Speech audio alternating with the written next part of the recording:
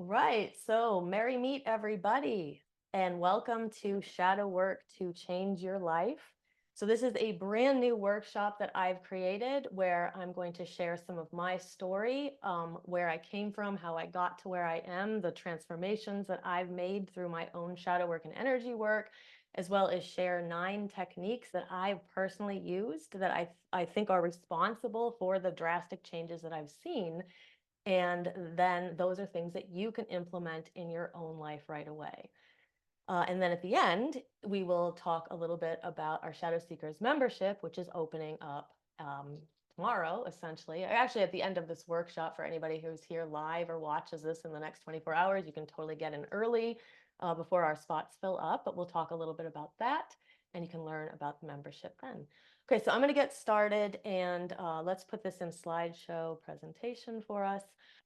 Okay, so the reason that I created this workshop, it's a little bit different than some of my other workshops. I have a workshop called Introduction to Shadow Work that some of you have taken, and it gives you the basics of shadow work and how you can implement that in your own life to make changes.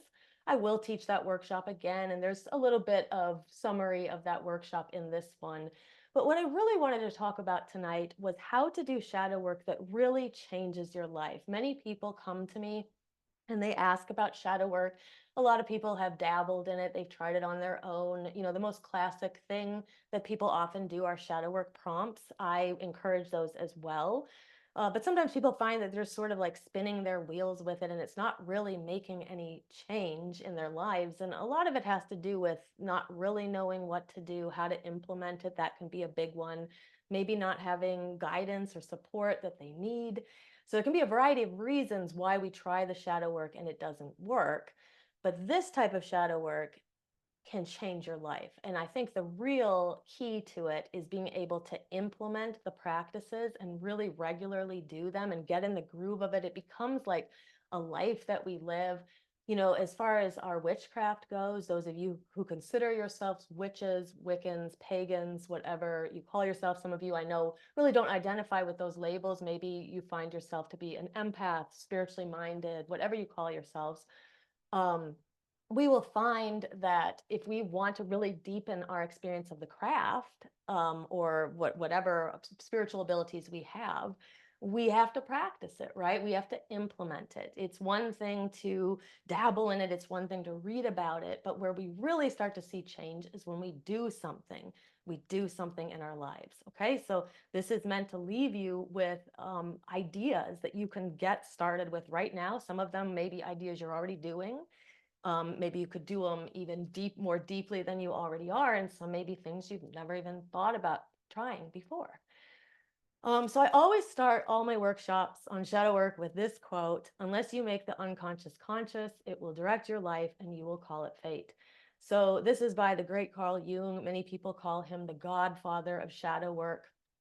Um, this quote is so important to us because it really shows us if we don't do something about the stuff that's hanging out in the recesses of our unconscious mind, it starts to control us. At least it feels like it is controlling us. It feels like there are outside things that are, out of our power, that have some kind of a hold over us, right? We may be unable to combat the limiting beliefs that we have. We may be stuck in grooves of our own trauma. There's just a variety of reasons that we can get stuck, and much of it has to do with this unconscious stuff that remains unprocessed.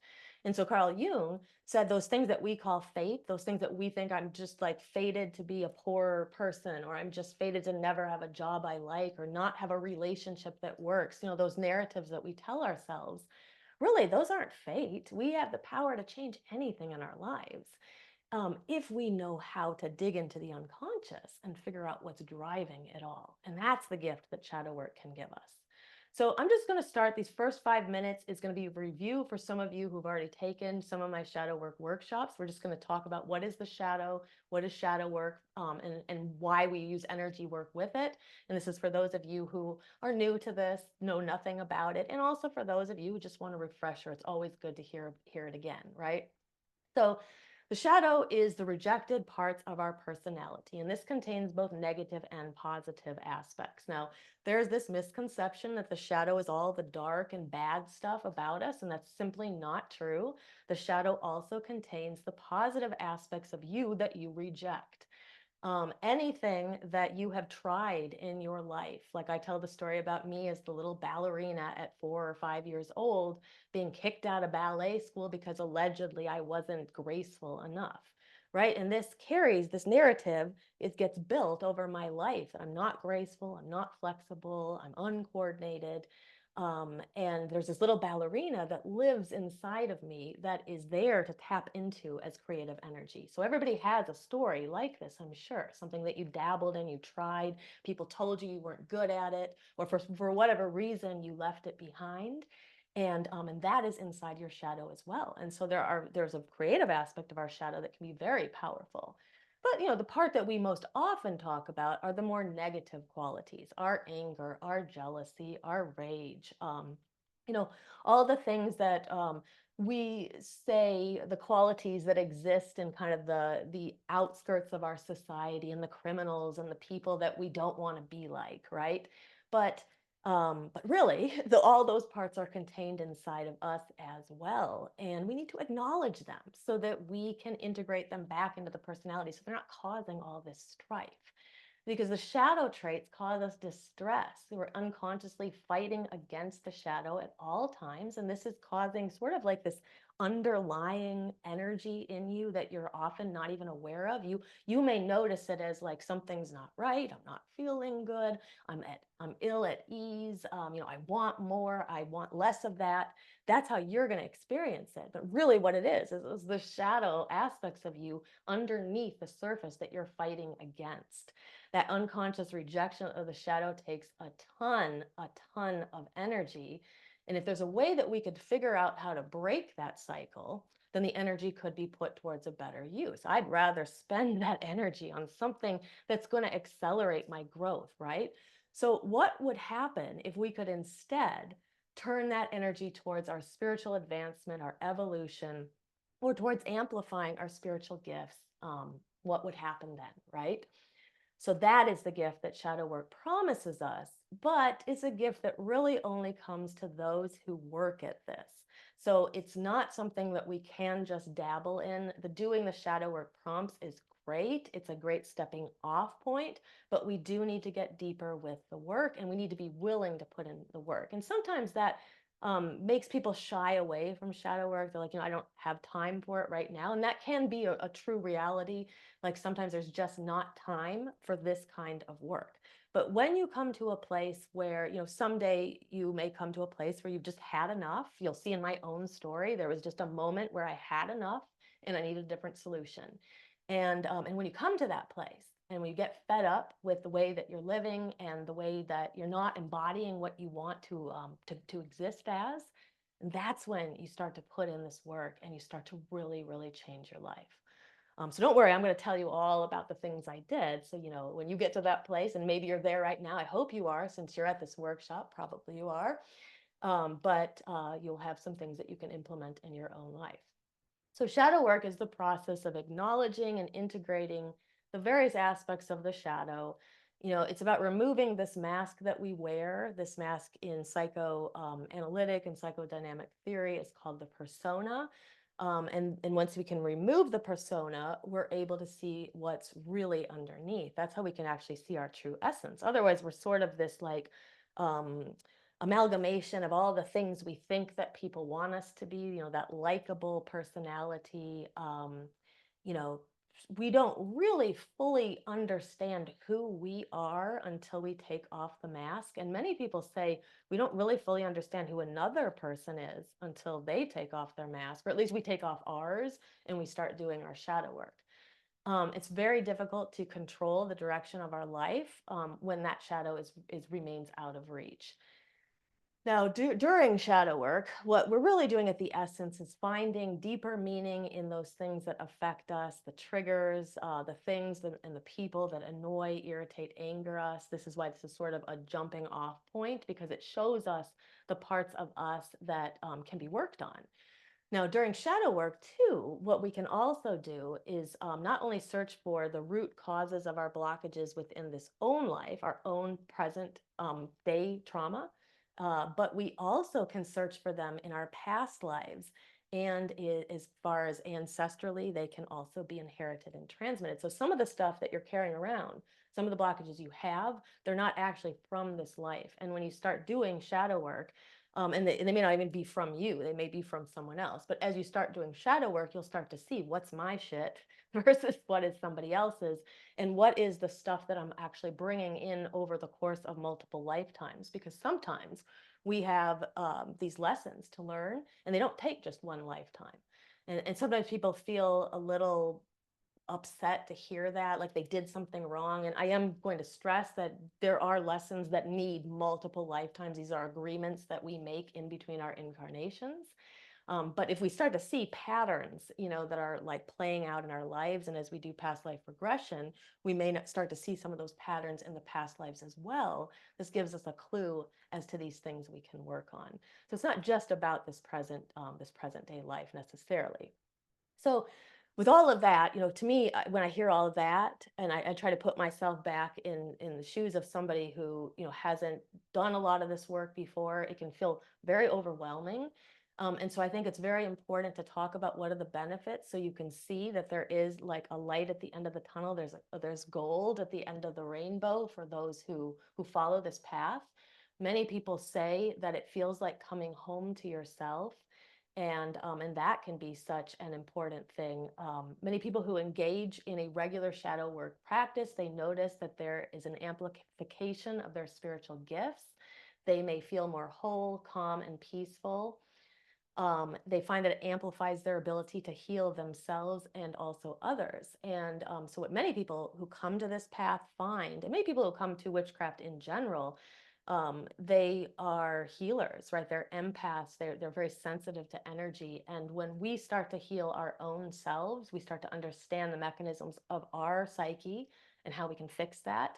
We're better able at helping others. So if you're somebody who is a Reiki practitioner, somebody who does healing work for others, if you're a reader, you can actually get better at all of those things by doing your shadow work. People who do regular shadow work find they're not as affected by other people's I should say negativity and negative emotions. Imagine what that would feel like, right?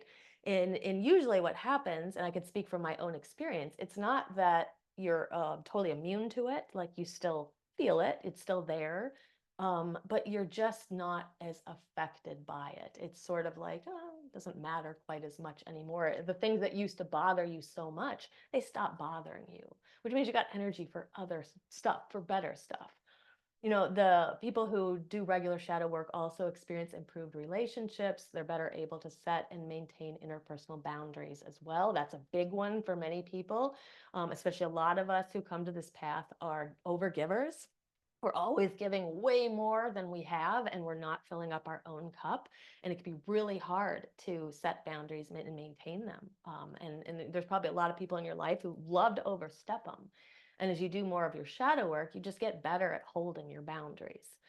And they also find people who do regular shadow work also tend to find a deeper trust in themselves and their intuition. And I'll explain when we get into the techniques. I think that self-belief is like one of the biggest things that we should foster in our lives. And if you think that you don't have a problem with self-belief, it is worth exploring a little bit deeper. We'll talk about that more later. But in my opinion, I think self-doubt is one of the biggest hurdles that most people have.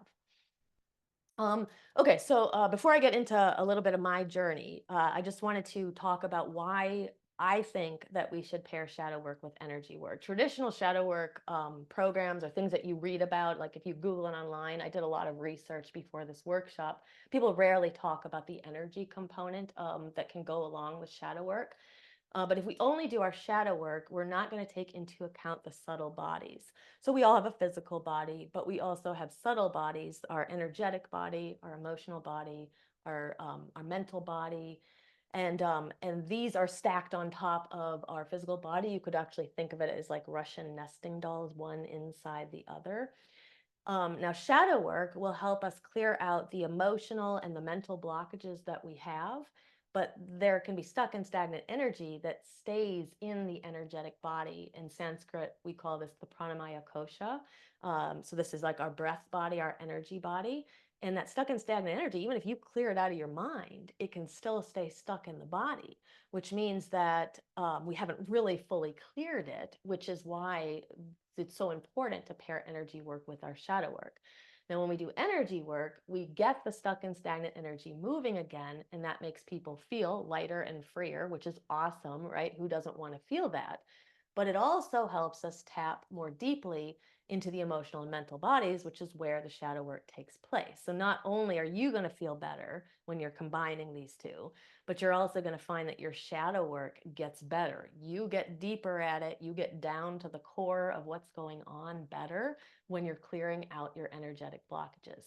So if you can combine a regular shadow work practice with an energy work practice and some chakra balancing, that's really going to be the key to your long lasting success and benefit.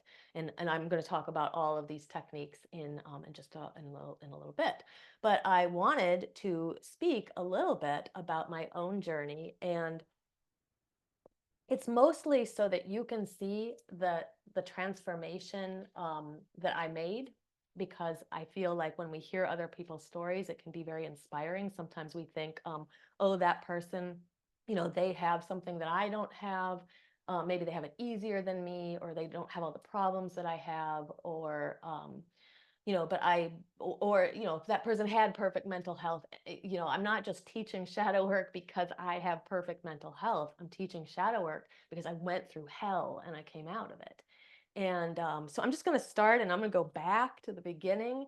So not all the way to the beginning, but I came into this world a pretty fearful child. That is oftentimes a sign that there's something in a past life. So if you had a lot of fear that is unexplained in your early childhood, it would really serve you to kind of explore some of that in past life regression and past life work. But I came into life pretty fearful.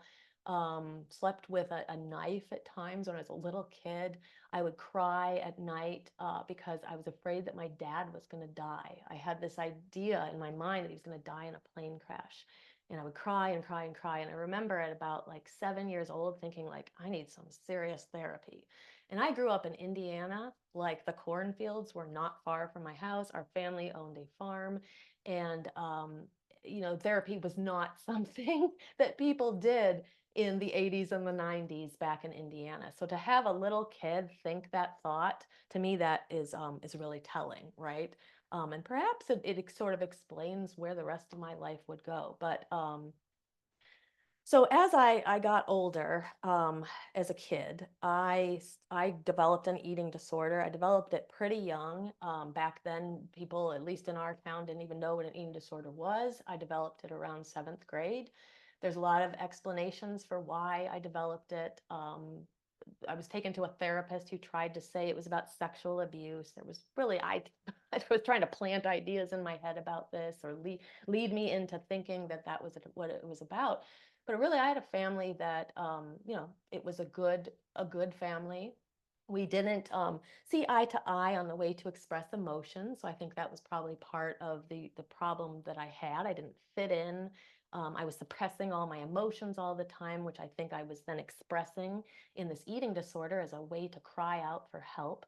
But my eating disorder was so severe that I believe in ninth grade, I remember I would put rocks in my clothing so that when they weighed me, I would weigh more. But I got down to 68 pounds and was probably about 5'4" at the time. So I really should not have survived that. And I didn't get any treatment. I had a therapist my mom got from the church. None of it was very effective. What was effective is when the soccer coach told me that I couldn't play soccer anymore. I sat on the bench for about 6 months until I got pissed off enough that I decided that if all it took was to eat, I would eat. And so I started eating, and I got better. I gained weight. At least I looked better, but I wasn't really better because I never went through anything. I never went through all the shadow work of what had caused all of it in the first place. But on the surface, I looked better. I went to college. And I can remember these moments in college where I would eat Slim Fast, um, scoops of Slim Fast, because I didn't even have milk to mix it with. Just like when I think back to this, I would give away my money that my mom had put onto my card at the cafe for the school. I never ate. I didn't think I had an eating disorder. I thought I was just dieting. But when I got into my 30s, things took a turn for the worse. I ended up eventually hitting kind of a rock bottom place. And I had some really good health insurance, and they recommended that I go into some treatment. So I started a IOP program. I was in this for years, intensive outpatient. I went in and out of a hospital as well. So I was in a 24-hour hospital to get me to eat and to try to help me. And it was helpful. I learned a lot through it. But when I came out, I mean, the very next day, I was kind of back to my bad habits again. So this was just me going back and forth. I lived on disability for many years after that because um, I qualified for it with the eating disorder, really couldn't work in the space that I was in. So just a really, really dark time. Somewhere in that, I started to move past it and out of it. I had some good relationships that also helped that. I had some good friends. I was doing therapy, one-on-one therapy. I did some group therapy, kind of moved through it. Not entirely sure that I healed everything, but I was doing a little bit better. Um, when I was I have some notes here so I can remember some of the things I wanted to tell you. In 2017, I had really, I started focusing on my physical health. I became a yoga teacher. I started doing yoga teacher trainings, and I decided I wanted to have a baby. And so I tried for several years, and eventually got pregnant in 2019. But unfortunately, the pregnancy was ectopic, and it was discovered very late. By the time it was discovered, my abdomen was full of 2 liters of blood. I was like literally that close to dying again. And I was rushed into emergency surgery. Of course, I lost the pregnancy, and I had a blood transfusion to save my life.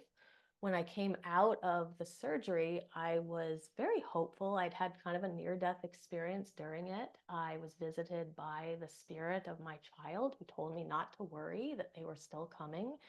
So I felt pretty good. But my God, right? You come through all of that. You've got to have some residuals there. So I started to kind of dabble in my shadow work at that point. I was like, I was continuing to go to therapy. It was okay, but my shadow work started to really help me. I was doing my yoga, just starting to do some energy work, and and that is when I really, really began going deeper. And through that, my faith, my hope, my self belief really began to strengthen. But to a degree. But then, I just got so consumed. I wasn't getting pregnant. It was just taking a long time. Every cycle that would come would just knock me off my feet. I would literally be on the ground crying. I'd go through 3 days of just the most agonizing depression every single cycle. And I would search for all these answers everywhere, like different hormones, different supplements to take, different practices to do. I'd be on these message boards with people. Anybody who'd gotten pregnant, I would try to do everything they did. And I actually ended up making myself sick through it. Just taking all kinds of supplements that probably weren't good for me, trying different things. Just a very, very dark time in my life. And then this one day, I was laying on the floor, yet another period that had come. And I was like, you know what? You're just not going to survive this. Like, and there was this voice in my head. And we'll talk about this a little later about the higher self and how it speaks to us. But this voice said to me, you're still going to get pregnant, but it could take some time. So you need to figure this out. You need to figure out how you're gonna be able to survive those years that this could take. And that is when things started to change. But I also got sicker and sicker and sicker, and eventually my period stopped. And for somebody who's on a fertility journey, I mean, this is like this is the worst thing that could ever happen to you. I started to have hot flashes 60 times a day. I was in my early 40s at this time. I went to Kaiser, which is where my doctor was. They tested some hormones. They said, I'm sorry, you're in premature ovarian failure and there's nothing we can do. And this voice in my head said, you're not in premature ovarian failure. You need another opinion. And so I searched for different people. Eventually, I came across these doctors, these naturopathic doctors online. They said, numbers don't look good, but we like you and we like your hope and your faith and your spirit. And so we're willing to try a few things if you're willing to try them, as long as you manage your expectations and just know we're not guaranteeing anything. And I said, sure. And so through a dietary change they were able to find by doing all kinds of labs, my period came back. They balanced my hormones. Today my hormones are like a woman 15 years younger, and I'm in a spot where I feel I have so much hope and faith in the future. Every period that comes, it doesn't knock me on the ground anymore. I'm just like, okay, this cycle is over. Let's end this cycle. Let's bleed. Let's bring in new energy and let's start again. And my hope and my faith and my self-belief increase every cycle, instead of what happens to many people on a journey like that, where it gets worse and worse and worse and worse. It was about that time that I decided to start Shadow Seekers, my Shadow Seekers membership, our Body Mind Witchcraft group, so I could start showing people about the things that I did to get myself to that place where my hope and my faith was renewed. Okay, so I wanted to, share that with you because I wanted you to see, like, I'm not somebody with perfect mental health. It just, all of this came easily too. This was a big struggle. It was a moment when, I was on the ground crying when everything changed. I decided I needed to do something different. So everyone carries a shadow, and the less it's embodied in the individual's conscious life, the blacker and the denser it is. At all counts, it forms an unconscious snag, thwarting our most well-meant intentions. So this is another great quote by godfather of shadow work, Carl Jung. We all carry it. The biggest mistake that we can make is to say that the shadow doesn't affect us. It affects every single one of us. The more that we ignore it, the denser and the darker it gets. So you probably know people in your life who are not self-aware at all. And just kind of imagine that internal strife and struggle that they must feel, because that shadow is so dense and so dark within them. No matter what we try, our well-meant intentions, like trying to get past it, like if we don't deal with the shadow work, so like kind of think about me just eating to play soccer, or just sort of getting over my eating disorder, or getting over my problems. Like, it's not about getting over them. It's about getting in and dealing with them and figuring out where they came from. How can we take our power back? How can we reintegrate these shadow aspects, into ourselves, or release the ones that don't belong to us? So again, that's the gift of our shadow work. So I'm going to share with you now 8 shadow work and energy work techniques. I've done every single one of these. I feel that they're responsible for the way I am today. Today, from going from somebody who was like living on disability, not making, not having any control or power over my life, to someone who runs 2 businesses today. This is how I did it. Okay, so no surprise, the first thing is practice regular shadow work. There's really no way around it. Shadow work has to be done at some point. Some say that shadow work is the truest path to enlightenment. I don't like superlative language like that, where it's like the only way, the truest way. I think there are many paths to enlightenment, but shadow work is an easily accessible one for many people. Now, we can do it here in this present incarnation. You can wait to do it in another one, but it has to be done at some point. And I don't know about you. While I sit here and I know about this, I might as well do it now. So I make my transition, from this life into the next one easier on me, right? And I can get further into some of my soul work if I start to do some of this right now. One of the easiest things that you can do is to explore your triggers. Our triggers are our greatest teachers, people say. They show us the places in ourselves that we're ready to examine and to potentially heal. But we have to surrender our ego during this process. If your ego is there, dictating everything that's going on, you're not going to get very far. You need to be able to view the situation from a more removed and higher perspective. We can't be in that perspective of the victim, or we're not going to be able to get into our shadow work. So if you're in the victim perspective, in the victim mentality, that's okay. I mean, think about like this parts of my story, right? There were definitely parts of my story where I was in the victim mentality, but I wasn't going to be able to take care of myself and heal myself while I was in that space, right? So you could be there, you can honor it, you can acknowledge it, but at some point, we got to pick ourselves up off the bathroom floor and decide enough's enough. I'm done with this shit. I'm going to change my life in some way. Okay. And this is how I'm going to do it. And we need to get curious at what's going on underneath the surface. So when people are, irking, irritating us, annoying us, we want to kind of turn that back around on us. It's not so much about them. Sure, maybe they did something to us. We're not negating their role in the conflict, but what we are saying is that I'm not going to really learn anything about myself as long as I stay focused on like the interpersonal thing. What I really need to do is look at what it's bringing up in me and where that came from. So this is why this is one of the most classic shadow work exercises is, think of a person that irritates, annoys, and angers you. And you can do this right now, or you can do this later in your journal, and then ask yourself the following questions. What is it about that person that I don't like? Do I find that I have some of these same traits sometimes? So there is this misconception in shadow work that like everything that we see that we're kind of triggered by in other people has to be inside of us. Yes and no. I mean, absolutely. Some of the qualities are inside of us that we get triggered by in others because they're essentially acting as mirrors of our own psyche. But some of the things can trigger other stuff from the past of this incarnation, from the past of other incarnations, from ancestral stuff. So it doesn't always mean that you have to be carrying the trait, though I would explore that. Is there any aspect of that trait that you also embody?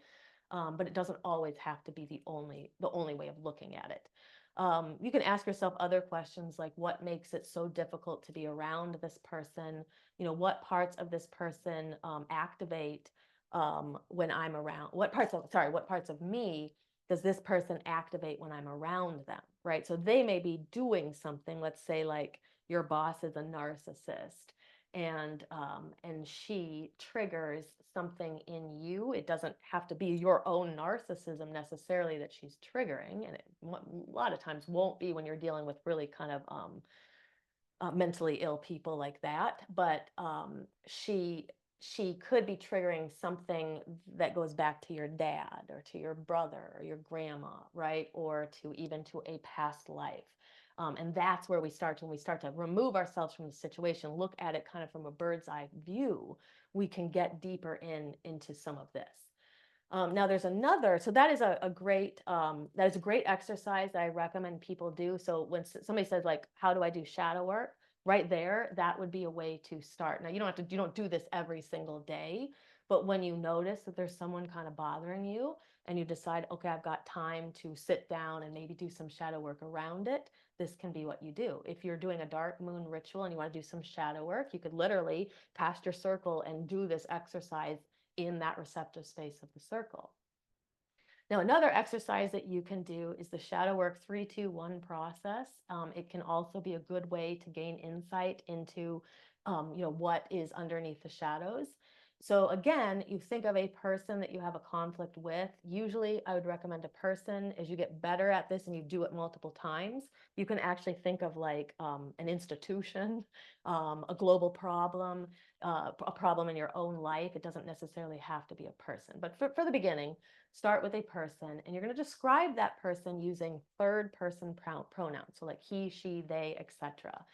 So this is not you. You're like, you would say like, let's go back to the boss who's a narcissist. She never, she says she wants feedback, but she'll never listen to it. She's always criticizing people. She's always, putting herself first.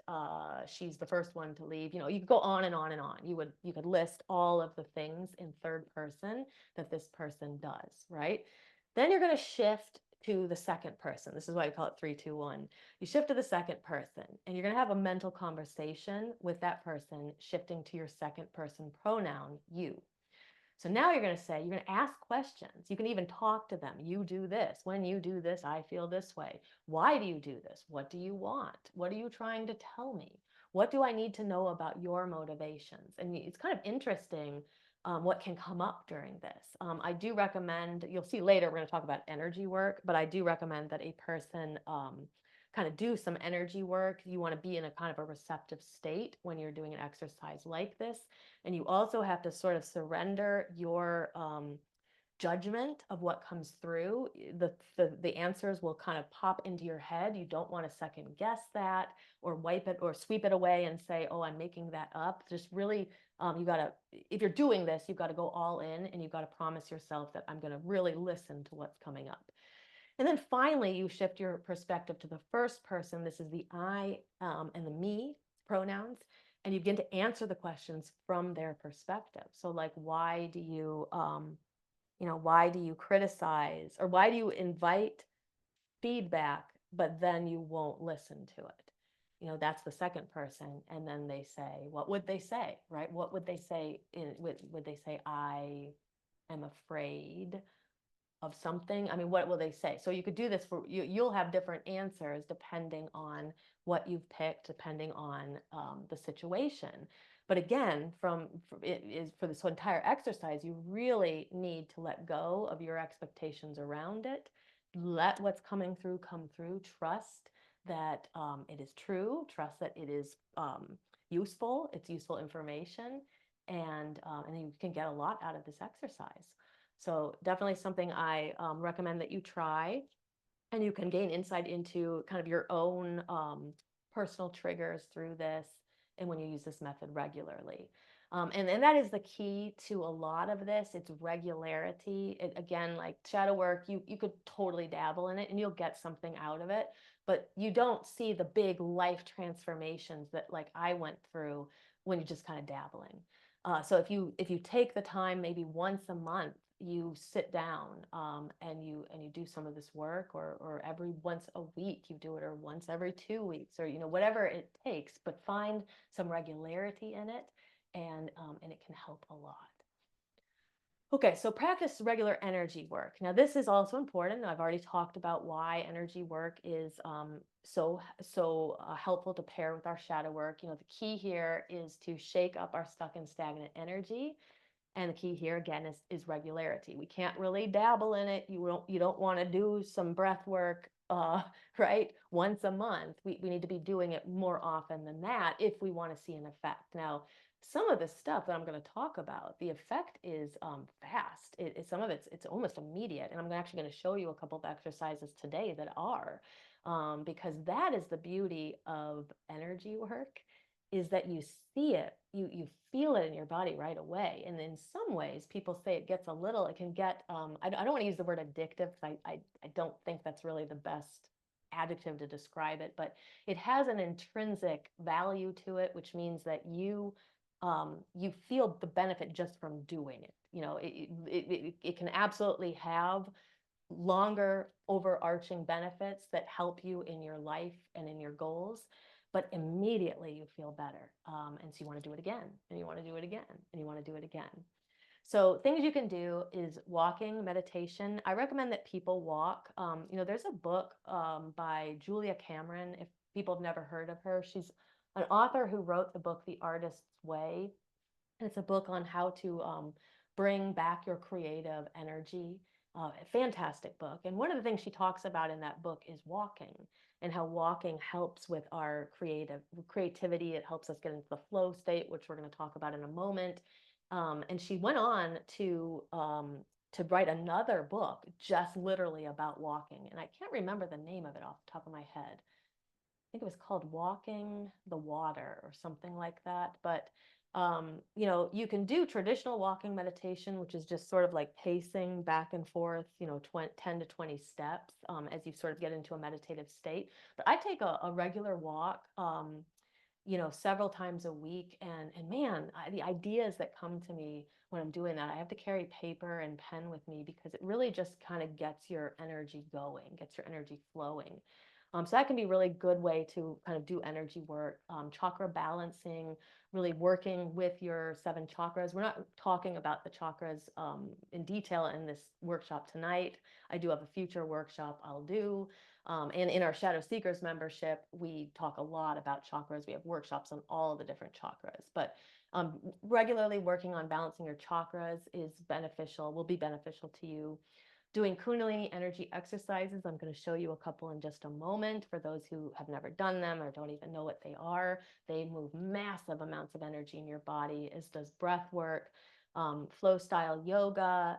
This is not, I wouldn't necessarily be doing power yoga. You want to do yoga that's going to help you really get into your body. Yin yoga is where you get into a pose that you hold for sometimes between 3 and 5 minutes. It allows the physical body to relax enough that you actually get down into the energetic body and into the emotional and the mental bodies. You can actually be doing shadow work just there in these poses. It's not unusual for people when they do yin yoga to just begin to cry and just release all this energy. Sometimes they don't even know what it's from. It doesn't matter where it came from. The point is that they're letting it go. And then mantras and mudras. So mantras are, you know, special chants that we can do. Mudras are hand gestures or gestures that we can do with our body that also shift us energetically. So finding a way to bring this in as a regular practice is really important. I think that people should try to do like a 10-minute practice. That's really all it takes to find a big benefit. But a 10-minute practice on most days. You don't have to say every single day. Let's be realistic.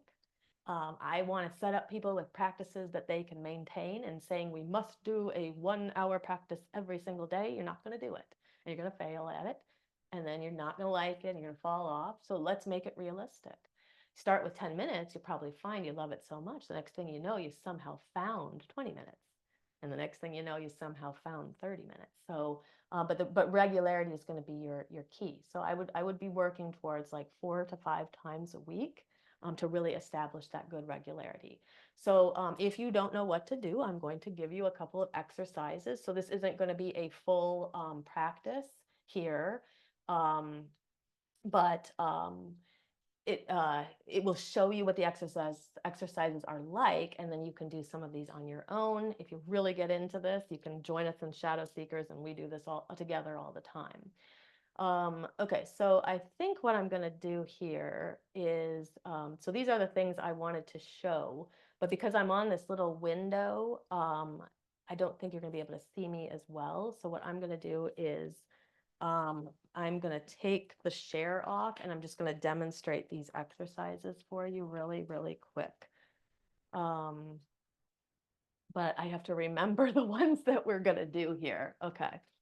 So let's escape here and okay, let me stop my share for a moment. Okay, so what we're going to do is the Sufi grind. It's going to be a little bit harder for you to see me because we don't have it set up to be doing like Kundalini yoga here. Sufi grind is very easy though. You can sit in a chair, you can sit on the side of the bed, you can be on the floor on a cushion like I am. Usually put your hands down on your thighs and you begin to make some circles with your hips. So you can kind of imagine what this must be looking like in the lower half of my body. And you try to imagine just, I like to think of like a spoon, and I'm scraping all the edges of a pot, or we're witches, we could think of a cauldron. You're stirring the cauldron. And you just go slowly as you can. Sometimes we start speeding up, and you just want to remind yourself to go more slowly, slowly. And then eventually you can switch to the other side. And you guys can do this with me, or we're not doing a full practice, but you know, you can, if you want to feel it in your own body, you can try it here.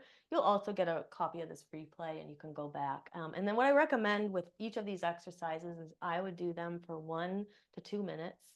And what this one does is it begins to move energy that is in your sacral chakra, in your solar plexus, also has an effect on your root. So it's really working with the bottom three chakras, which is where a lot of us have stuck and stagnant energy. Another exercise you can then move up to is the shoulder shrug. So this one, it's a rhythmic breath here. So you'll inhale as you shrug the shoulders up, and then you exhale as you drop them down. So inhale, exhale, exhale. And I recommend breathing through the nose if you can. Otherwise, you can always breathe through the mouth, but preferable through the nose if you're able to. So it would look like.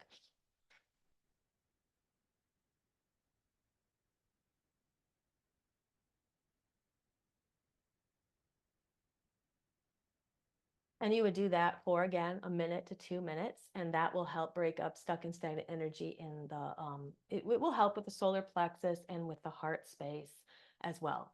And so that gets us through all of the body up into, the head and the neck. Now there's another practice that is called the seated breath of joy. You can also do it standing, but the seated version looks very similar. And it's like a 4-part breath. So you kind of want to think of it as your inhale is like 3 parts. And so you inhale a third of the way, another third of the way, another third of the way, and then you exhale on the 4th part of the breath. So on the first inhale, you bring your arms in front of you, inhale. On the second third of the inhale, you bring them out to the sides. On the 3rd part of the inhale, you bring them over your head. And on the 4th, you exhale, you're going to push your arms behind you like that. You can imagine like pushing behind you all the energy that doesn't serve you, like the stuff we're trying to get rid of.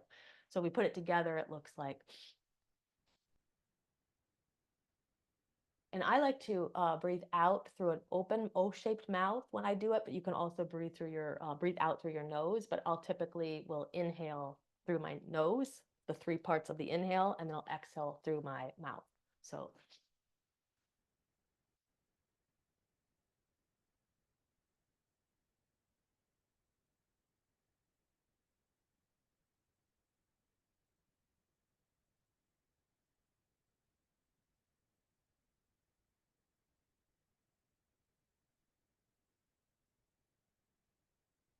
and you would do that for a minute to 2 minutes as well. This one's really good for moving energy in the heart space. It starts to get up into our throat and begins to affect our third eye as well. And then as we bring it up into the third eye, we can do what I call, it's a manifestation exercise. Essentially, you start with your arms sort of like goalpost or cactus arms. You take an inhale here. And then on the exhale, you bring your hands together like this, and you imagine that there's like a target between your hands, like your vision is the vision of the life that you want. So as we're clearing out the energy, we're also kind of manifesting the energy we wish to draw in. So those of you who might have come to our Lunaza Lionsgate portal ritual, we showed this one because it's a very good manifestation exercise, but we can use it as part of an energy moving practice too. So it would look like this.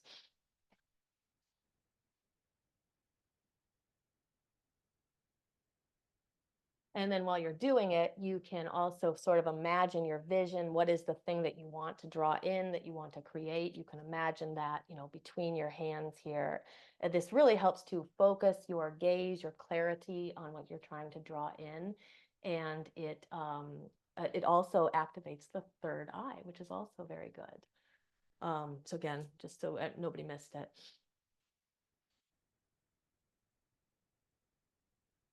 I always put a smile on my face when I'm doing these. And then you would practice that for a minute to 2 minutes.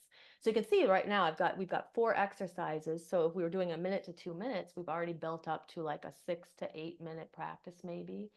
And then I would end with a little breath and a small meditation. So the breath I like to do, here's one breath you could do. There's many, many breaths you could do. But one you can do, it's called 3 sips in. And then I usually do like an explosive breath exhale. So it's like you kind of imagine that 3-part breath we were doing in the seated breath of joy. You're going to do a similar breath, but you're going to actually inhale like you were sipping in air through a straw. So you'll inhale a third of the way, and then a third of the way, and then a third of the way. It'll look like this. Take deep breath like that, and then the exhale, you just explosively exhale through like an O-shaped mouth. And that can be very good for like just dispelling negative energy.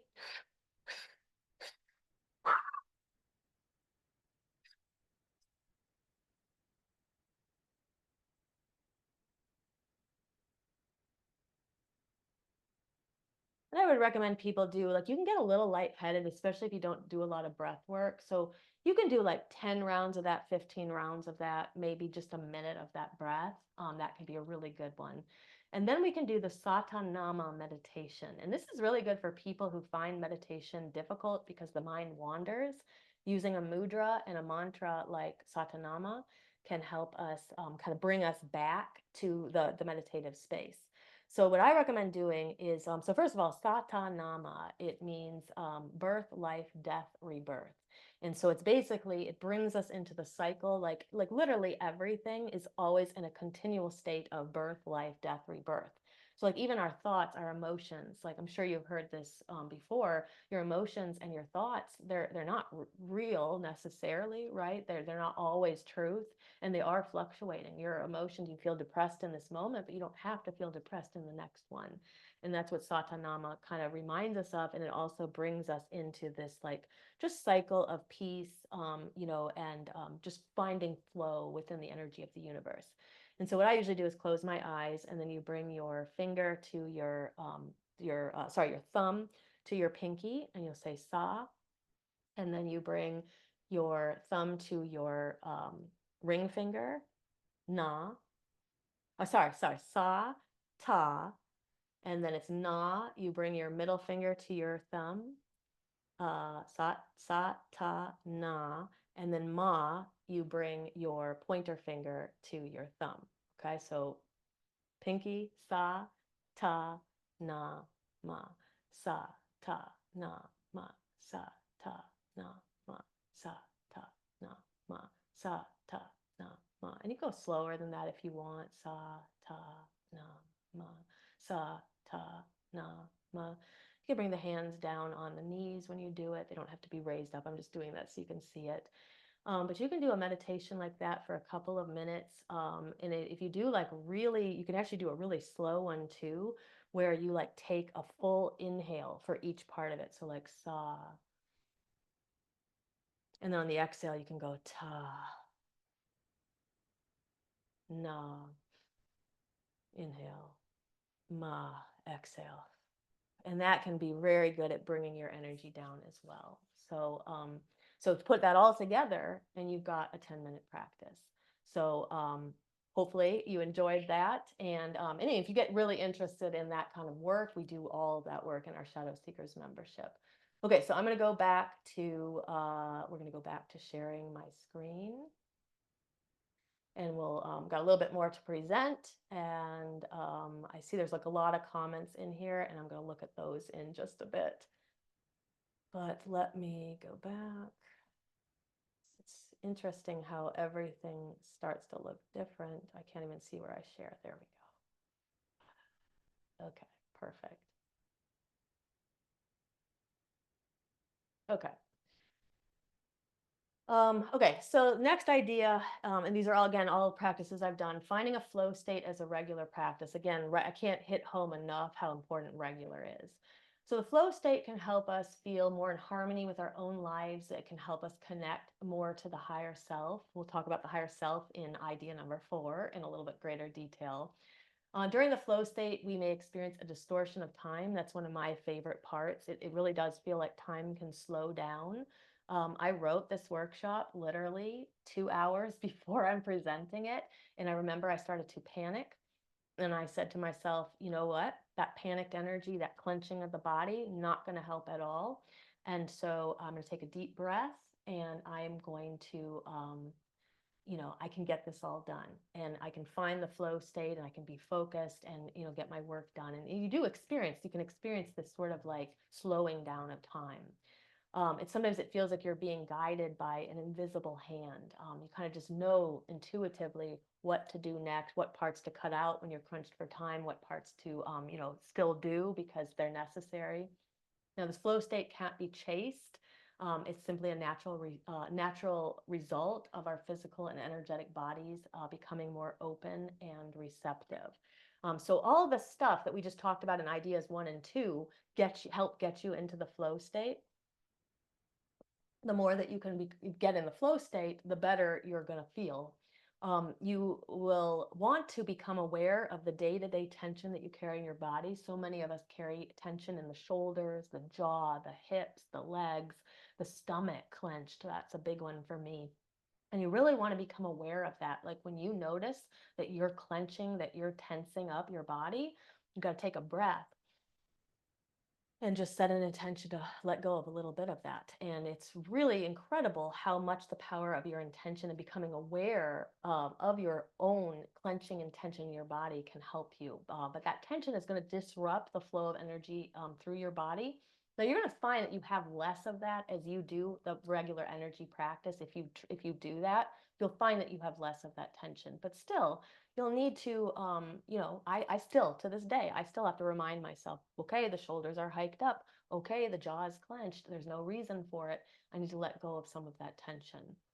To become better at finding the flow state, you can also include somatic yoga into your practice. So this is yoga where you're really feeling into the body, you're feeling where you're carrying emotions, where you're carrying tension, and you're working through the movements to let go of some of that. You can try intuitive movement. So this is where sometimes there's a lot of intuitive movement in somatic yoga anyway, but intuitive movement is just where you put on some music that is very relaxing, that you feel that you can move to, and then you just begin to move your body in the way that it wants you to move. And then I also think that unstructured time as regular parts of your practice is also important. So especially if you're somebody who's got a very regimented schedule, find a way to take out an hour every week to just have unstructured time wander around. Sometimes people like will not give themselves that time. They don't think that they have enough time for it. But if you will do that, like if you do some of these practices even when you don't think you have enough time, you find that somehow mysteriously you have more time. It's kind of interesting how it works. But I recommend people go out in the universe, go out around, wander around. You can go in nature, you can just go walk around in your town and just notice the things around you. Maybe you have a question. I like to call this the synchronicity game. And I ask a question to the universe that I'm wondering about.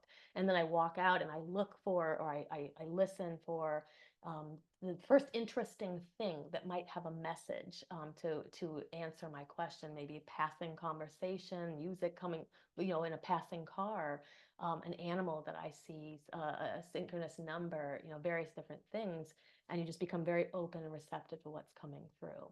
But flow state, you can do these things to kind of naturally get more into the flow state, but your shadow work and your energy work will also help you get here. A lot of this you'll find is very interconnected. As you do one thing, other things open up for you as well. Now, you also want to learn the language of your higher self. The higher self is the part of you that connects to universal consciousness. Some might call it the soul. It exists beyond our death and is carried with us throughout our various incarnations. Now, the higher self knows your soul purpose, knows exactly what you need to do to get there, but the information is hard for us to access when we're not doing shadow work and energy work regularly. And also when we're not really trusting, we don't really know what to listen for with the higher self. The higher self is not limited by anything. It's not limited by your traumas, your limiting beliefs, your struggles, or your blockages. If you got a bad habit, your higher self knows exactly how to break it. But we're just not always accessing and able to access that. Now, the key to working with your higher self is developing trust and self-belief, which we're going to talk about as another key to this, but is really understanding the language that it uses. So if you go back to my story where there were a couple moments where there was like this message that said, like, you will get pregnant. You're just not going to get pregnant for several years. You better do something. You better figure out how to how to live for several years in this way. See, that was my higher self. The part of me that said, no, that doctor who said you're in premature ovarian failure is wrong. You are not. You need to find somebody else who can give you another opinion. That was my higher self. Now, if you notice that the language was in the second person, you. It will often come through as a you language. It will come through as a very soft and subtle voice. To me, it's like kind of like behind me almost. Some people might call this their guides. I think that we can make a case for the higher self and the guides being difficult to tell the difference between. Your higher self is the part of you that connects to your guides. At the end of the day, if you believe in a universal consciousness, which means that we're all the same energy anyway, your guides and your higher self are the same thing. But learning how to listen to that language, it's never deprecating. It's never going to be like tormenting at you. It's going to be like this sort of like you're in your monkey mind, and it's going to be this soft voice behind you that says you should do this. You need to do this. You need to take a breath. Okay. Now, it's possible that your higher self talks in a different voice. It doesn't use second person. And so that's why I said you need to learn the language of your own higher self. But for many of us, it is going to be the second person. It's going to be just like I said. It's going to be that quiet, kind of soft voice. It sounds like almost like it's coming from like over your shoulder. It's just saying, hey, did you think about this? That's not right what you're doing right now, or that's not the answer. You need to find a different pathway through. For many people, like I said, it speaks in the second person. I already talked about all of this. It's often those wise and fleeting thoughts that pass through the mind. So we really want to pay attention to that kind of dialogue. I would suggest writing it down when it comes. If you're unsure if it's your higher self or not, write it down. And then over time, you can look back and you can see patterns. You can see if like it was true or not, right? When that voice said, you are not in premature ovarian failure, you need to find a second opinion. I went and found a second opinion and I was right. All right. So that's validating, right? So but if I never wrote any of that down, I was living willy nilly, hey, nay, like, I wouldn't be able to see all these patterns. But over time, if you can see them, you record them, you'll develop more trust in your own higher self. I'm going to try to speed through this little last bit. I don't want to keep people too long. So we have about an hour and a half set for the workshop. But the next thing, this was a big key for me, and this is a key that I've been working on for decades, in fact. Set intentions about the outcomes that you would like to see. Words are magic, and we have more control over our realities than we realize. We really want to pay attention to our language. I'm sure you've heard people say it, but is your language more negative or is it more positive? When you hear that like kind of tormenting voice, the self-deprecating, limiting beliefs, the monkey mind chattering away at you, just notice, is it more negative? Is it more positive? And which type of voice, which type of internal environment do I want to live in? Which type of environment is going to be more conducive to me living the life I want? Certainly not the negative voice. I mean, think of me on the floor in a puddle crying, right? In my agony every cycle.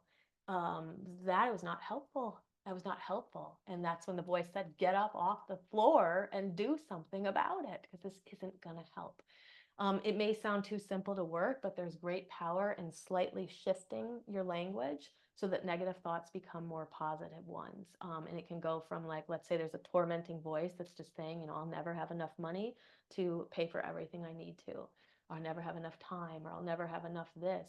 And, one way of shifting it is just there's more than enough for everyone, including me. That's a simple way to shift it. And you don't have to believe it at first. Just change the language and try it. And trust me, this really can help. I'm telling you, this is exactly what I did to come from on that floor to here today. You can also greatly shift the course of your day through setting intentions of what you want to happen through your language. So last couple of nights preparing for all of this, I didn't get very much sleep and I was a little afraid I was going to be so tired. And so I set an intention before bed that I would wake up refreshed and full of energy and not dragging. And I did. So it's all about like the way that we use our language and the power that it can have as it changes us. It's a powerful shift for people. And again, like I said, sometimes it's so simple that people won't even try it. But if you make it a regular practice, this is the key, the take-home message of all of this is regularity. Make it a regular practice, and it does work. If you only do it once in a while, then you may not see it work the way it should, and you may think it doesn't work. But if you do it all the time, it can have powerful consequences. You can also use negative emotions like jealousy and envy to help you see the path forward to what you want to manifest. I do this all the time. I've been doing it for decades.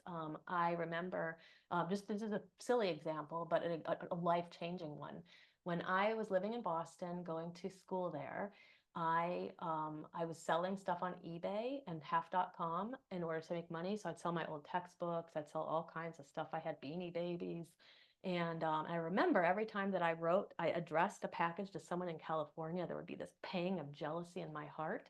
And one day I was just like, why are you feeling a pang of jealousy for people in California? Why don't you move to California? So I moved to California. I've been here now for 20 years, and one of the best decisions I ever made.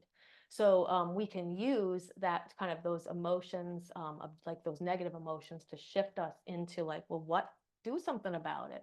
What can we do about it to make our lives happier? I'm not saying everybody needs to move to California or follow all of your fantasies and inclinations, but you do have the power to, kind of listen to those little jealousies that you have.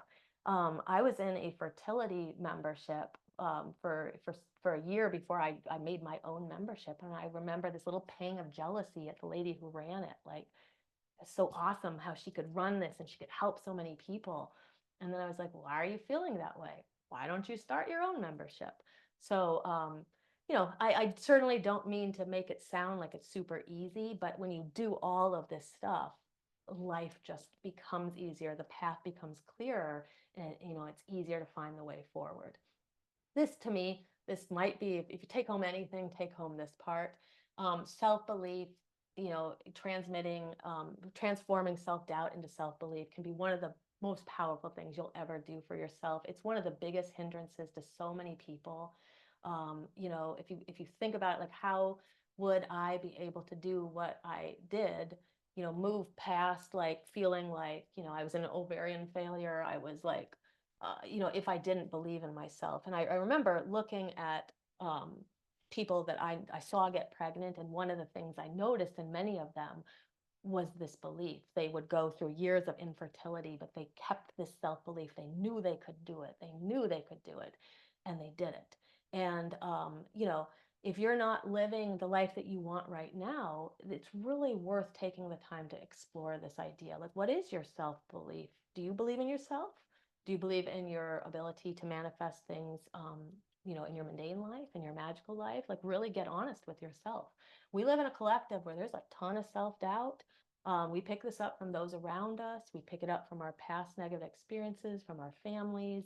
So if you struggle with doubting your intuition, your abilities, whatever they are, I recommend trying the tenacious self-belief exercise. So this is just sort of like an experiment. It's not even an exercise. I should call it an experiment. And this is what I literally did, is when I would feel doubt in my intuition, when I would feel doubt in myself, my abilities, what was coming through, the messages, is that my higher self? Is that my intuition?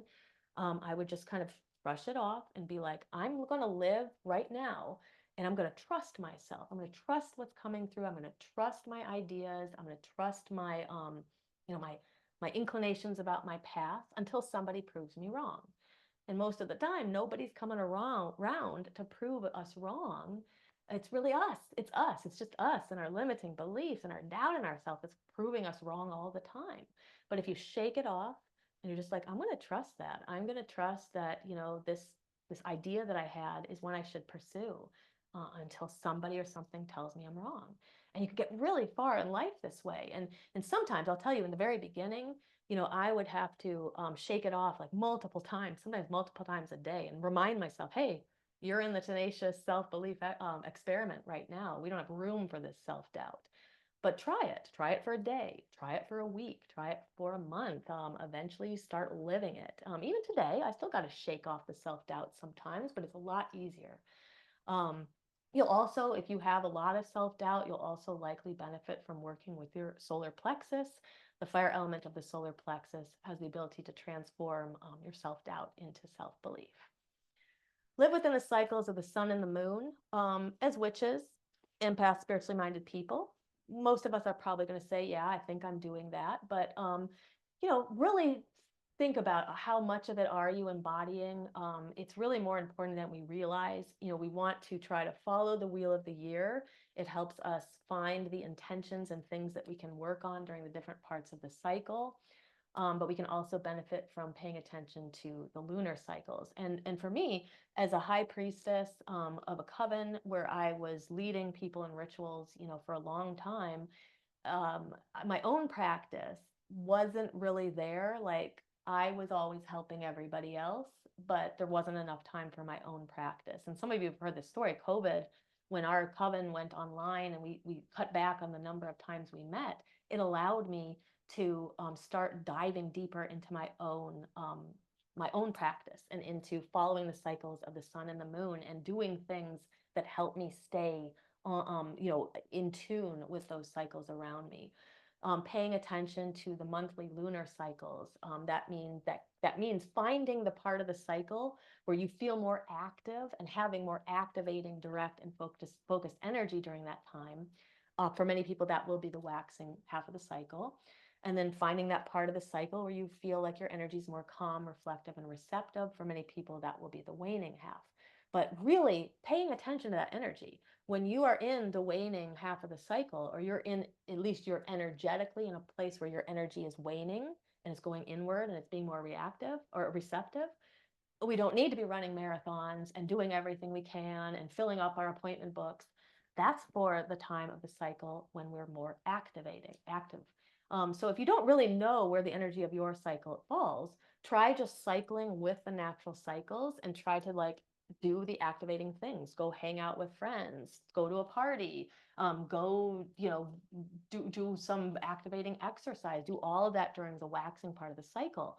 And then as you shift into the waning part, see if you can slow down, turn down invitations when you don't want to go there. Really try to feel into that energy during the waning half of the cycle. And if you feel that your energy is sort of off the natural cycle, keep a moon cycle journal for a couple of months. See, write down the phase of the moon and write down how you feel energetically, emotionally, spiritually, and physically, and track it and figure out where natural energy is. Right now, we're approaching the waning moon, but I'm in a cycle where I'm in activated energy. I'm doing all this, I'm presenting, but I'm in that energy. So my cycle has shifted a little bit, but I wouldn't know that if I wasn't tracking it. Celebrate the ebb and the flow of the cycle through lunar rituals. For example, I like to do a manifestation ritual on the beach at the peak of the full moon, and then I like to do a releasing ritual during the dark moon. And I do that without fail, those two rituals, every single cycle.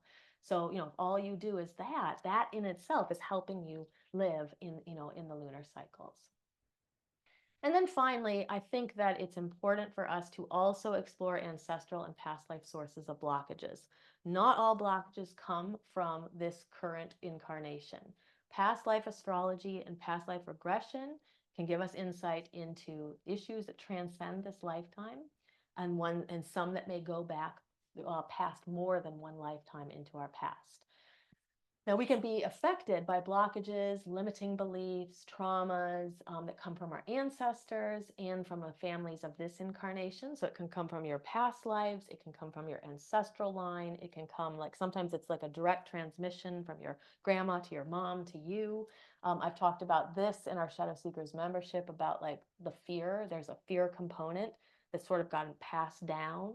My grandma had it. My mom had it. And then it got kind of transmitted to me, and I'm sort of carrying some of it. It's not even mine.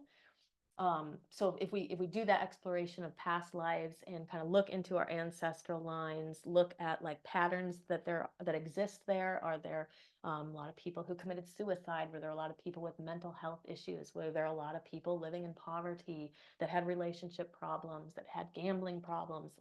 Look back at your family line, look at those patterns, and then ask yourself, has any of that been transmitted down to me? Because these are things that we can then let go of in a dark moon ritual or through our energy exercises. You don't need to carry other people's shit. You got enough of your own, right? But when we explore ancestral and past life sources of our blockages, we're going to get greater insight into what's going on. My past life regressions have allowed me to discover that I died in pregnancy at a young age multiple times. And it starts to explain a lot about this life when I realized all of that, right? It explains some of the fear that I had coming into this incarnation. It explains the struggles I have with my own fertility journey. Perhaps I'm clenching again. I don't want to die. I don't want to die again, right? So there's a lot of stuff to work out there. It also helps to explain why I have trouble sleeping. I don't want to miss anything. I lived very short lives. But see, we wouldn't know any of that if we didn't explore our past lives as well. So shadow traits that belong to us, the ones that truly belong to us, can be acknowledged and integrated, but those that are not ours to carry can be released through rituals and other methods. Okay, so we are about at the end here. I'm going to leave a little bit for you to kind of consider here at the end, and then we're just going to segue into talking about our Shadow Seekers membership for anybody who wants to learn more about that and what you can do next. Now, studies show that we tend to be better at implementing things when we have knowledge, structure, guidance, and support. So you really want to think about, like, how serious are you about your shadow work journey? Hopefully you say yes, that you're interested in it. I think if you're here at this workshop, you're probably interested in doing this. So you want to think about, like, do you have the knowledge? Well, I gave you a lot of knowledge, right? I gave you a ton of information that I crushed into 90 minutes. Okay, so you have a lot you can do, a lot that you can work with. So you've got the knowledge. You're going to have some structure. You're going to have to be able to set up a regular practice. You have to make a commitment. I would, to yourself, that you're going to better your life in this way. I would maybe do a little ritual to commit yourself to that, like you might have dedicated to the craft or the path at some point. You can do a little dedication ritual to dedicate to your shadow work and your energy work and you taking control of your life. And then you want to notice in your life, like, where is your guidance and where is your support? Like, you can get guidance through, multiple different sources. Sometimes it's hard to scour the internet and look for people to help you. But you also want to make sure you got some support in your life. Like, if you have a therapist, it's always good. Like, my therapist doesn't do shadow work at all, but it's good to have her. It's good to still have someone there to talk to. Even better if you found a therapist that could also do shadow work. But you want some kind of support in some way. It would be great if you had a friend who was also doing shadow work and energy work, or just somebody who's like on your team rooting for you that you can share and get the support from. So people wonder what to do and how to do it. That's the knowledge part of it. I took care of that for you, at least a little bit. I gave you a lot crammed into this workshop. But people often need that gentle guidance and the support through their journey. Now, you can absolutely do this type of work on your own, but always remember that you don't have to. You can find a therapist or a coach who can help you, though it can be costly. A therapist depends on your plan. I mean, mine, I don't know how I got lucky, but like literally my copay is $0 for therapy. But therapy, if you've got good insurance that covers it, can usually be not too expensive. Coaches, like, that can get quite expensive. The people can charge 100, 200, $300 an hour. So that's not going to be a possibility for a lot of people. But if it is a possibility for you, help like that can be an asset. But you can also consider joining a group that's focused on this deep and soul changing kind of work. And so we are going to talk about our group and see if you are interested in learning more about this. You can go to the website, but I'll tell you a little bit about Shadow Seekers and what we do, and you can see if it resonates with you and if it seems like it's a good fit. And those of you who are live, you could stick around because we will have a Q&A afterwards, and you can ask me anything you want, anything about the presentation, shadow work, energy work, witchcraft, any question you've got. I will stick around and I'll answer everybody's questions, okay? Anybody who's watching in replay too, I love answering questions. So you can send me messages and I'll answer yours as well. So don't feel like you're missing out because you're not with us live. But let's just talk a little, about 10 minutes about the membership, and then we'll go to the Q&A. Okay, so if you would like to dive more deeply into this work, I invite you to join us in Shadow Seekers. Shadow Seekers is a membership that I created 2 years ago. It's crazy to think that we're at our 2-year anniversary. We started with, just a handful of people, and our membership has built over these 2 years. It's still small, which is good because you're not overwhelmed by hundreds and hundreds of people. It's still a fairly small group, so you get some good support, and you feel like your voice is being heard. You're not getting swallowed up in the masses in a group that's like this. We open up a couple times a year. That may be shifting at some point, but at least for now, we open up a couple of times a year to accept new members. And we're going to be open from now. So literally, I will give a link at the end of this workshop. People can go sign up today if they want. And we're open until Thursday, September 5th. So that's 1 week. It gives everybody a week to kind of think about it, read about it, and decide if it's right for you. Now, we have a limited number of spots. We expect that they generally fill up pretty quickly every time. So if you feel like you're called to do shadow work in a smaller group setting with a guide, then I encourage you to join sooner than later, just to make sure you get in. You don't get locked out because we filled all the spots. So our membership is Shadow Seekers. It's for shadow work and energy work, for witches, empaths, and spiritually minded people. So we have people in the group who consider themselves witches, some who consider themselves empaths. Some don't use the label witch, but they're kind of like witch adjacent, we might say. But everybody there is spiritually minded people. I like to say it's like people whose spirituality is a little off the beaten path. We're not in the traditional religions here usually. Most of us are witches. The Shadow Seekers membership has many things. We have live Zoom meetings every month. We have workshops. So I'm not going to read all of these, but these are some of the past workshops that we have done. There's chakra workshops. There are astrology workshops. There's workshops about working through your wounds. We did one a few months ago, exploring the mother wound, which is, a wound that we all tend to have from our own mothers, but also through living in a society that's pretty much like disregarded the divine feminine and let the patriarchy just kind of like run wild. We're going to be doing another workshop in a few months called actually, I think it's next month in October, Exploring the Father Wound, and looking more deeply at how the patriarchy has affected us, but also how our own relationship with the male figures, including our father, the male figures in our lives, including our father, has affected us. But we have many, many different kinds of workshops, and there's many to choose from. When you sign up, you have access to all of it all at once. Each month, we also have a dark moon or a full moon ritual, or sometimes we'll celebrate the Sabbats together. Lots of different rituals. We work with different deities. We've worked with Lilith, the Morrigan, Peregrine. I'm trying to think of some more recently. We've done Haliak. We worked with her. We have worked with Amaterasu. She's a Japanese goddess of the sun. She's really good for self-belief. So we tend to work with different deities. We've worked with Odin. We worked with Chiron recently. So just different deities, and we work with different intentions. So you'll have access, if you join us, to 13 different rituals that you can also do, including all of the live stuff that is coming up.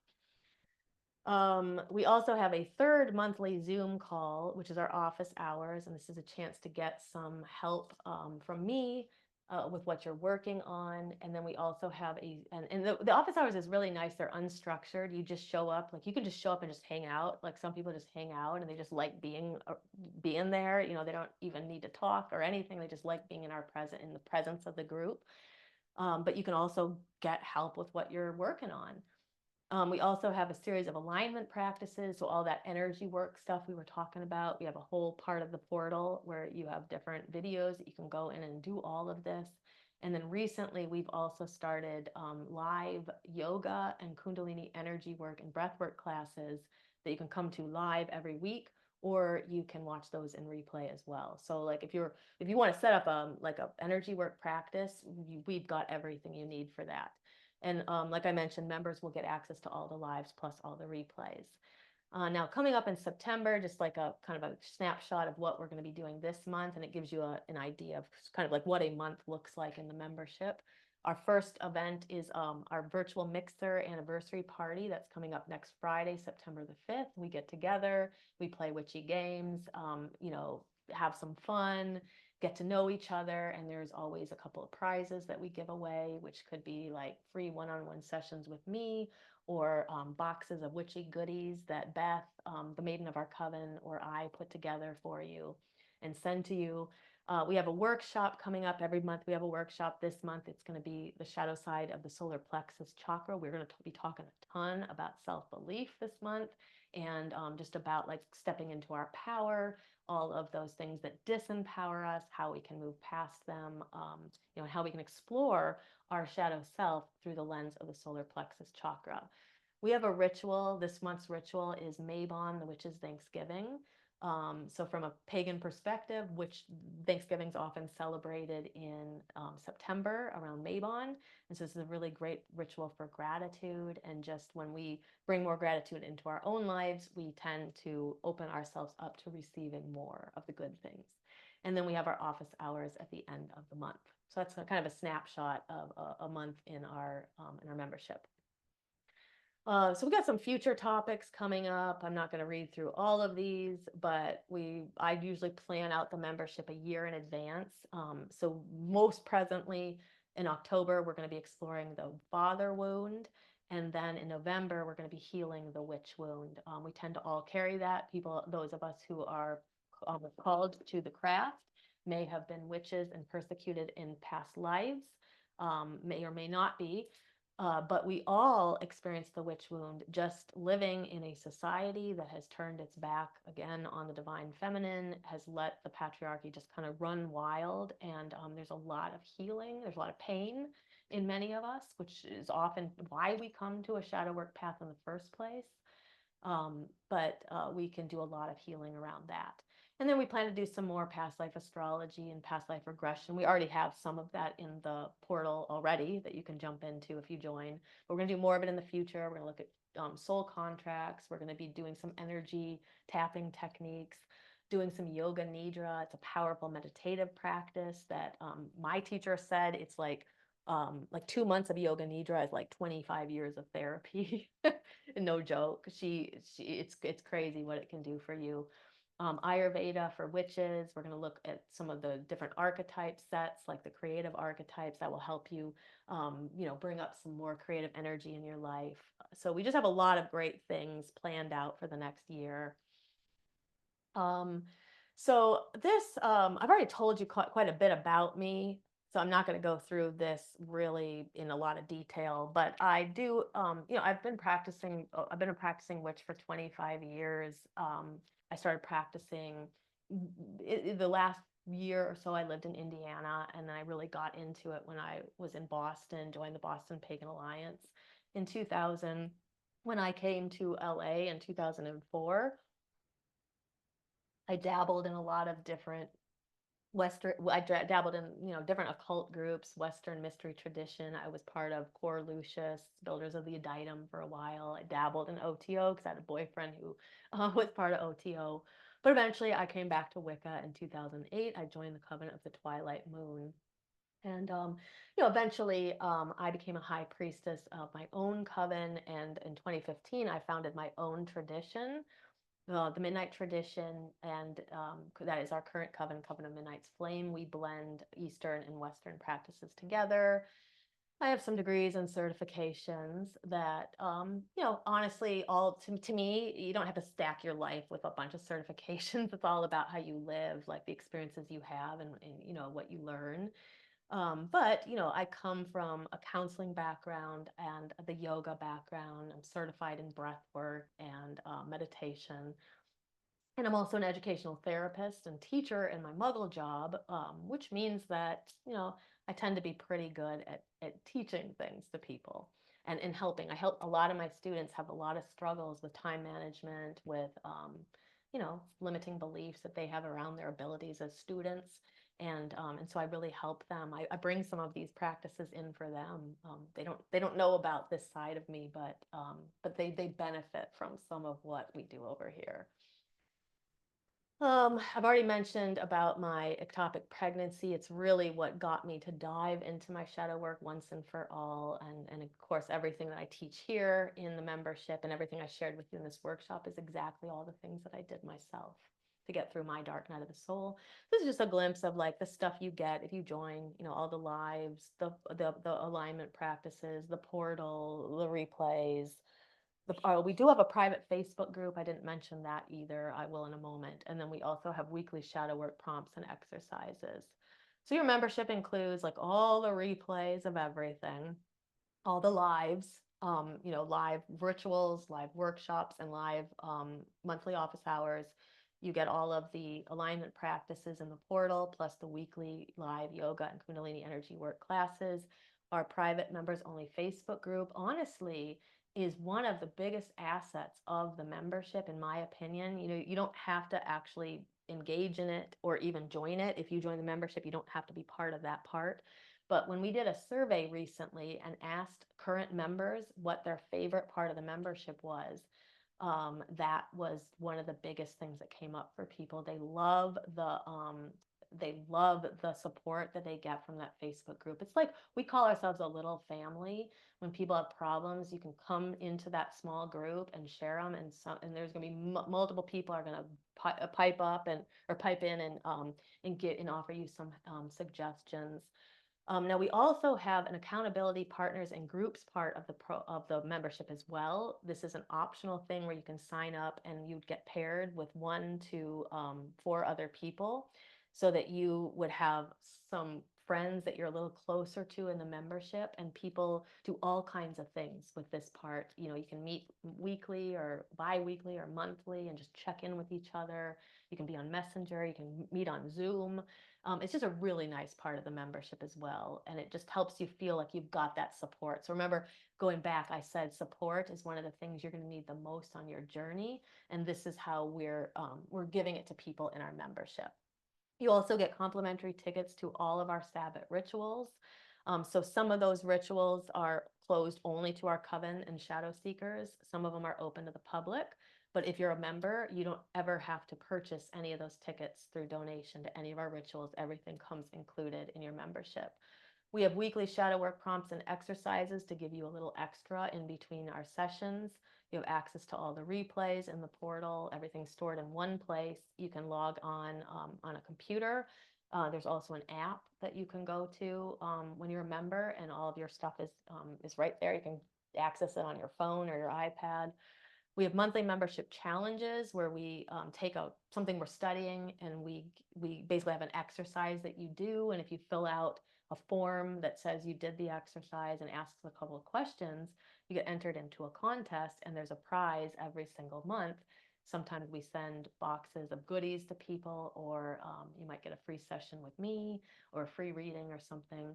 So that's a nice benefit. It's cool to get free stuff, right? Prizes and stuff, but it's also a good way to engage with the content. And you can um, when I said one of the keys is regularity, the regularity of practice, and the other key to your shadow work really is doing it, do the work. And so these challenges help you do the work. They literally give you a sheet or two, and it tells you exactly what to do in that exercise, and you do it. And then you've at least done something to move your shadow work forward that month. And then we do give a 33% off discount on all of courses. So far, I only have one other course, but anything I make in the future, there's a 33% off discount for all members. And that includes our Demystifying Witchcraft course, which is a 25-hour course all on the basics of witchcraft.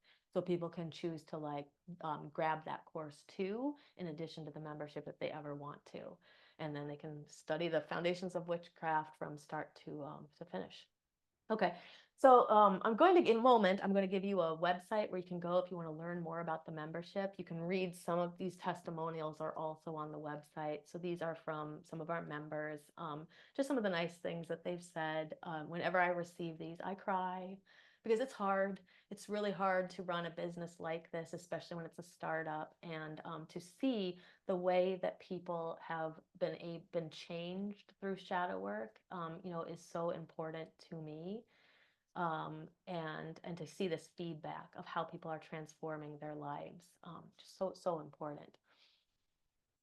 So I'm aware that with all of this, I know that this is worth over $100. People are like, why aren't you charging more for it? There's a couple of thoughts on this. One is that this is the type of membership where we want people to be able to come here and feel like they can afford it and that they can afford to be in it for a while. Because remember, like I said, shadow work isn't something you stick the toe in and you're here for a month. It's like something that you're going to want to be here for a while to get a benefit from. So we want to keep the price down, even though we know that it's probably worth $200 a month, all the stuff that you're really getting.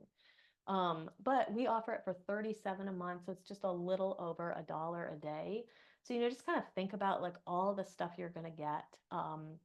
And you can go, like I said, you can go to the website, you can read more about it. And I'm also going to be doing a video later in the week that actually gives you a glimpse inside the membership portal, so you can actually see what's there. You could do a little walkthrough with us, but it's a lot. It's a lot for like, just think of what we spend way more than $1 a day on. And so what I really ask people to do here is, think about your limiting beliefs around money before we say, oh, I can't afford something like that, to really think about what your peace of mind, what your well-being is worth to you. And it's probably worth more than $1 a day. So, if you're not ready for shadow work, that's one thing, right? If you don't want to do it in a group, that's another thing. But if you're thinking about it and it's the money that gets in the way, just really see if you can shift some of your ideas around how much you're worth. You can do some shadow work on that too. How much is your peace and your well-being worth? Like if you can change your life, what is that worth to you? Really, to think about that. But the other thing too is we're very easygoing. You can get in. If you don't like it, you can cancel at any time. We make that very easy to do. And you're not making any commitments at all. You don't have to sign up for X amount of months. It's like you can just try it out. And if it's not for you, you can always cancel. So if you're on the fence, try it for a month, and you can cancel up for the first month if you don't like it. Now, we do have plans to increase the price after the next month, after the next round. So now would be a good time to get in at this price. One of the good things about the price is that it doesn't change. So whatever round you join and whatever the price is at that point, that never changes. So even if our price goes up exponentially, which I don't know if it will, I want to always keep it affordable, but it will go up. It's just the reality of life. But your price is always locked in as long as you stay a member. Okay, so when you join today, you would get immediate access to everything in the portal. That's all the replays. There's at least, right now, it says at least 12 months of workshops. I will tell you right now, there are 24 workshops in there. So it's way more than 12 months of workshops, and you can pick and choose the ones you want. Some of them you might not be interested in, but I'm sure there'll be many that you are. So you get all the replays. You get the office hours replays, the ritual replays. We have 13 rituals in there. You get all the alignment practices. That's always there. You can browse through everything. You can watch what you're called to in any order at your own pace. There's no pressure. And then our next live event is Friday, September 5th at 6 p.m. Pacific, 9 p.m. Eastern. That's our Shadow Seekers virtual mixer. And then we have our September workshop coming up, the shadow side of the solar plexus. And then our September ritual, Mabon, which is Thanksgiving. And then we have October. And then we have November. Every month, theme changes. There's my throat chakra going, huh? That was a lot of talking today. All right, so wouldn't you like to heal your emotional wounds and trauma, develop deeper trust in your intuition, enhance your magical abilities, feel more wholeness and peace, maximize the powers of self-healing and the healing of others, and not be as affected by others' negativity and energy? All these can be the benefits of a regular shadow work practice. You can up-level your spiritual practice and alchemize your spirits. These all sound like really good things, right? So that is what our Shadow Seekers membership is designed to help you do, all of that and more. Okay, so if you would like to join us, this is the link. And then what I'm going to do right now is I'm going to drop this into the chat. for those who are live, and then those who are not live. Oops, hold on a second. Let's just come off of this for a second.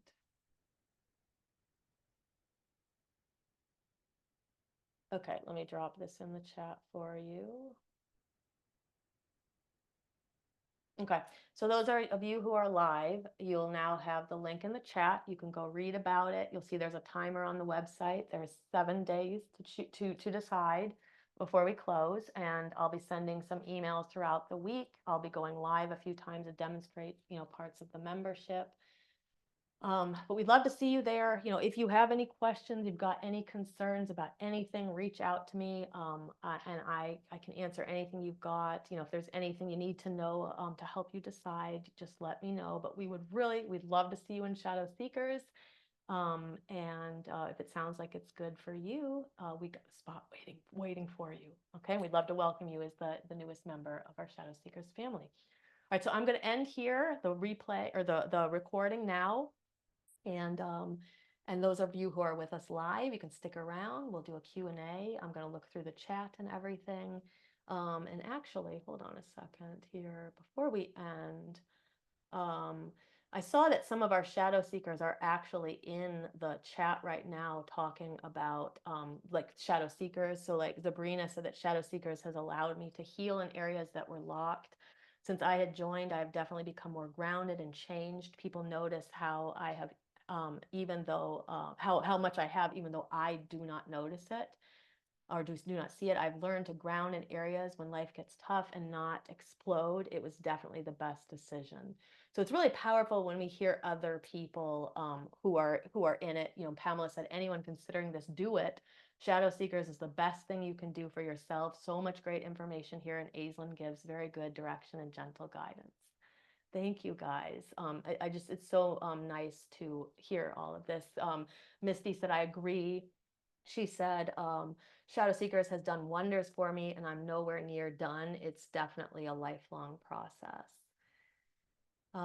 Felicia said the accountability partners in the group are a good support system if you do not have anyone outside of the group the same page as you. Yeah, sometimes we don't. And so that is, it's the accountability partners program can be so nice. And I'm also going to be like, some of our members have shared some of their experiences with me, and I'm going to be sending those out to you guys in some emails. Anybody who's considering the group, I'm going to share some of their words with you as well. Jenny said, Shadow Seekers has helped me a lot with my therapist. She said, mine does not do shadow work, but it helps me to find triggers, and then we talk about it. Yeah. So the stuff that comes up in the Shadow Seekers, even if the therapist doesn't do shadow work, the stuff that comes up in the membership, you can then take to somebody and talk about it there as well. There's a lot of great things here in the chat. Tabitha said Shadow Seekers has helped us to incorporate spirituality into daily life and come to a more deeply daily peace. Yeah, so anyway, I will be sharing with those who are interested. I'll be sharing more of the experiences of our members over the next week, and all the words that they've sent to me, their testimonials and different messages they've sent to me over the week. I'll let you know what those are, and that can also help you make the decision if you're on the fence about it. So I'm going to end the recording now. If you're live, stick around. If you are watching in replay, though, don't sit with your questions. Reach out to me. I will answer anything you've got. And until next time. Blessed be.